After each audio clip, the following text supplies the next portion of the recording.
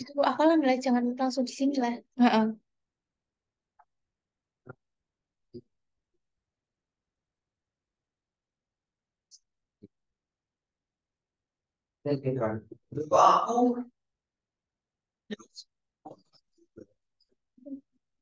Assalamualaikum warahmatullahi wabarakatuh.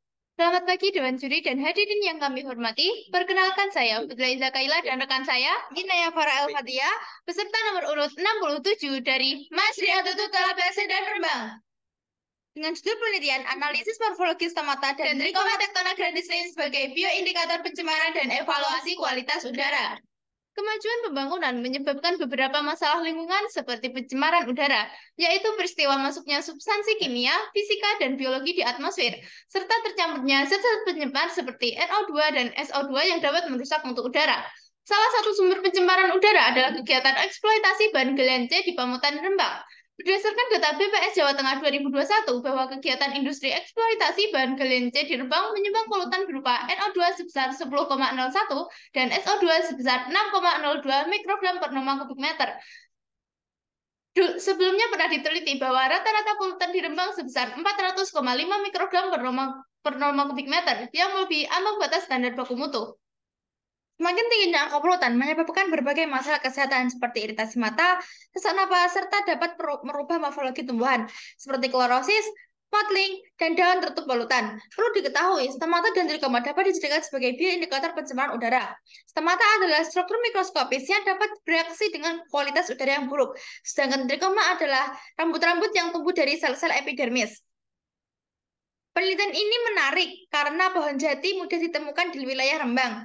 Penelitian ini perlu dilakukan sebagai upaya penanggulangan pencemaran udara akibat eksploitasi bahan galian C.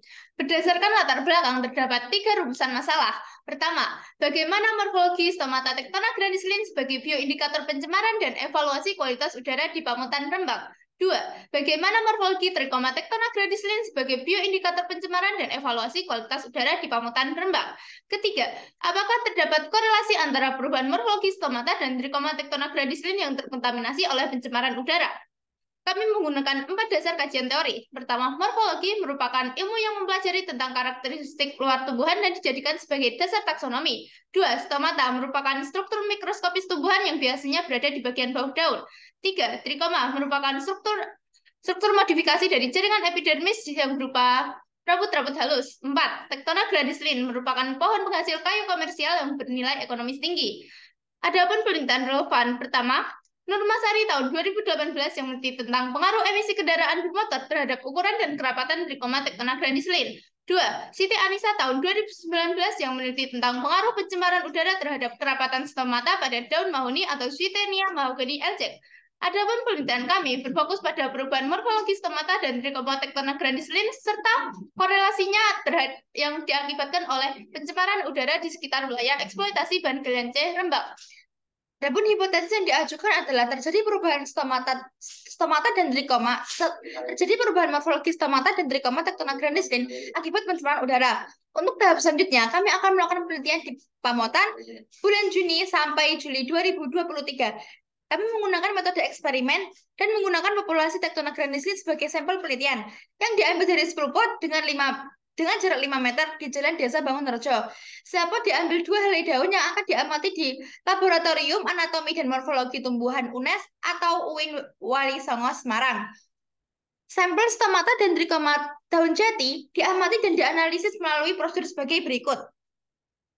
Kemudian mencatat semua pengamatan dan mengambil gambar stomata dan trikoma menggunakan menggunakan mikroskop binokuler digital.